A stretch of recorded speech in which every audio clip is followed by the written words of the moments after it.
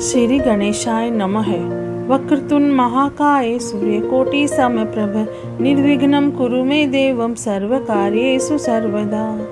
अब हम गणेश जी का नाम लेकर शिव पुराण प्रारंभ करते हैं। ओम नमः शिवाय, ओम नमः शिवाय, ओम नमः शिवाय। भोले बाबा को, शंकर भगवान को कोटि कोटि प्रणाम। शिव पुराण में श्री रुद्र संहिता के तृतीय खंड में 29वां अध्याय प्रारंभ करते हैं। शिवजी द्वारा हिमालय से पार्वती को मांगना।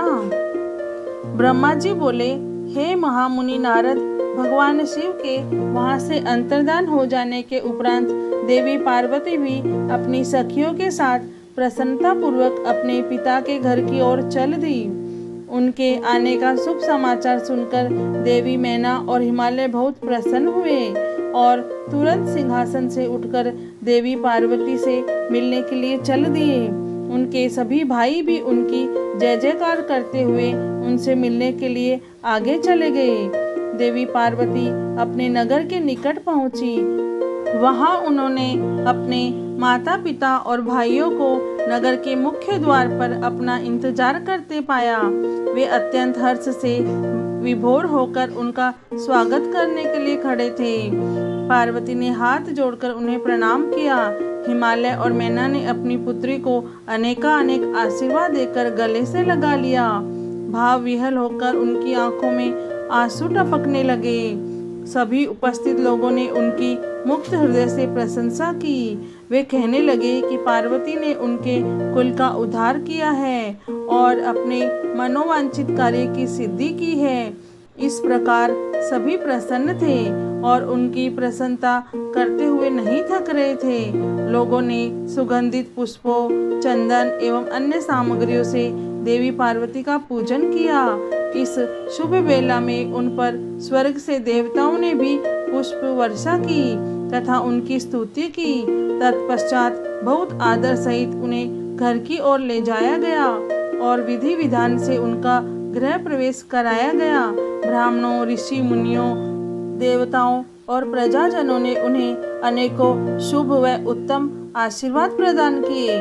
इस शुभ अवसर पर शैलराज हिमालय ने ब्राह्मणों एवं दीन दुखियों को दान दिया। उन्होंने ब्राह्मणों से मंगल पाठ भी कराया। उन्होंने पधारे हुए सभी ऋषि मुनियों, देवताओं और स्त्री पुरुषों का आदर सत्कार किया। तत्पश्चात हिमालय अपनी पत्नी मैना को साथ लेकर गंगा स्नान को चलने लगे। तभी भगवान शिव नाचने वाले नट का वेश धारण करके उनके समीप पहुँचे। उनके बाएं हाथ में सिंह और दाहिने हाथ में डमरू था और पीठ पर कतरी रखी थी। उन्होंने सुंदर लाल वस्त्र पहने थे। नाचने गाने में वो पूर्णतः मगन थे। नट रूप धारण किए हुए शिवजी ने बहुत सुंदर नृत्य किया और उनके अनेक प्रकार के गीत गा गाकर सभी का मन मोह लिया। नृत्य करते समय वे बीच बीच में शंख और डमरू भी बजा रहे थे और मनोरम लीला कर रहे थे। उनकी इस प्रकार की मन को हरने वाली लीलाएं देखने के लिए पूरे नगर के स्त्री पुरुष, बच्चे, बूढ़े वहां आ गए। नट रूपी भगवान शिव को नृत्य करते हुए देखकर और उनका गाना सुनकर सभी मंत्र मुग्ध हो गए। परंतु देवी पार्वती से भला यह कब तक छिपता। उन्होंने मन ही मन अपने प्रिय महादेव जी के साक्षात दर्शन कर लिए। शिव जी का रूप ही अलौकिक है। उन्होंने पूरे शरीर पर विभूति मल रखी थी तथा उनके शरीर पर त्रिशूल बना हुआ था। गले में हड्डियों की माला पहन रखी थी। उनका मुख सूर्य के तेज के समान शोभा पा रहा था। उनके गले में यज्ञोपवीत के समान नाग लटका हुआ था।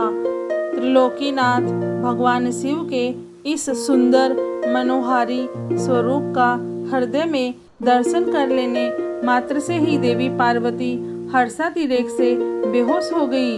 वे जैसे उनके स्वप्न में कह रहे थे कि देवी अपना मनोवांछित वर मांगो। हृदय में विराजमान इस अनोखे स्वरूप को मन ही मन प्रणाम करके पार्वती ने कहा कि भगवान मेरे पति बन जाइए। तब देवेश्वर ने मुस्कुराते हुए तथास्तु कहा और उनके स्वप्न में अंतर्धान हो गए। जब उनकी आंखें खुली तो उन्होंने शिव जी को नट रूप धारण किए वहाँ नाचते गाते देखा।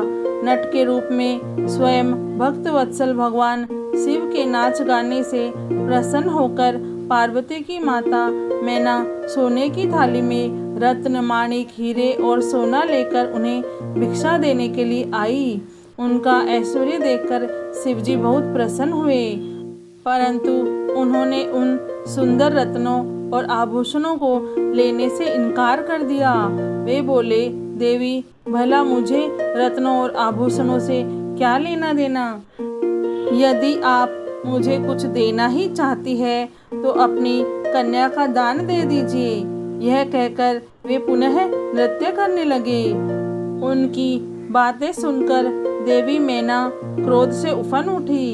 वे उन्हें उसी समय वहां से निकालना चाहती थी कि तभी गिरिराज हिमालय भी गंगा स्नान करके वापस लौट आए।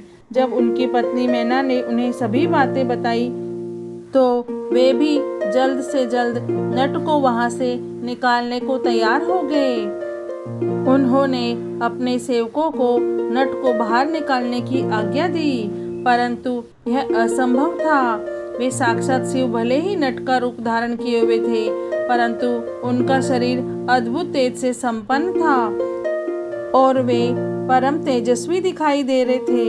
उन्हें उठाकर निकाल फेंकना तो दूर की बात थी, उन्हें तो छूना भी कठिन था। तब उन्होंने मैना हिमालय को अनेक प्रकार की लीलाएं रचकर दिखाई।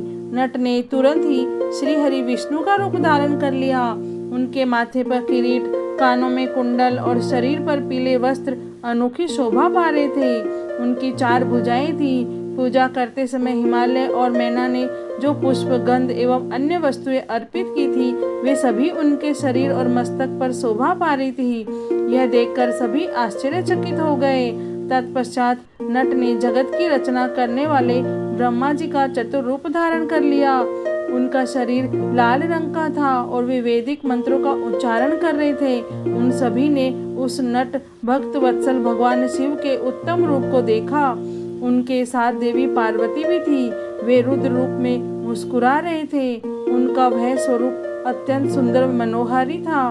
उनकी ये सुंदर लीलाएं देखकर सभी आश्चर्यचकित रह गए थे और परम आनंद का अनुभव कर रहे थे। तत्पश्चात पुनः एक बार नट रूपी शिवजी ने मैना हिमालय से उनकी पुत्री का हाथ मांगा तथा अन्य भिक्षा ग्रहण करने से इनकार कर दिया, परंतु शिवजी की माया से मोहित हुए गिरिराज हिमालय ने उन्हें अपनी पुत्री सौंपने से मना कर दिया। बिना कुछ कहे ही वह नट वहां से अंतर्धान हो गया। वे सोचने लगे शायद वे स्वयं भगवान शिव ही थे जो स्वयं यहाँ पधार कर हमारी कन्या का हाथ मांग रहे थे और हमें अपनी माया से छलकर अपने निवास कैलाश पर वापस चले गए। यह सोचकर हिमालय और मैना दोनों ही एक पल को बहुत प्रसन्न हुए, परंतु अगले ही पल यह सोचकर उदास हो गए कि हमने स्वयं साक्षात शिवजी को बिना कुछ दिए और उनका आदर सम्मान किए बिना ही खाली हाथ अपने द्वार से लौटा दिया। वे अत्यंत व्याकुल हो उठे। शिव पुराण में श्री रुद्र संहिता के 3 खंड में 29वां अध्याय पूर्ण हुआ। ओम नमः शिवाय, ओम नमः शिवाय, ओम नमः शिवाय। हे भोलेनाथ, हे शिव शंभु, हे माता पार्वती, आपको कोटि कोटि प्रणाम और कोटि कोटि धन्यवाद। जय भोलेनाथ।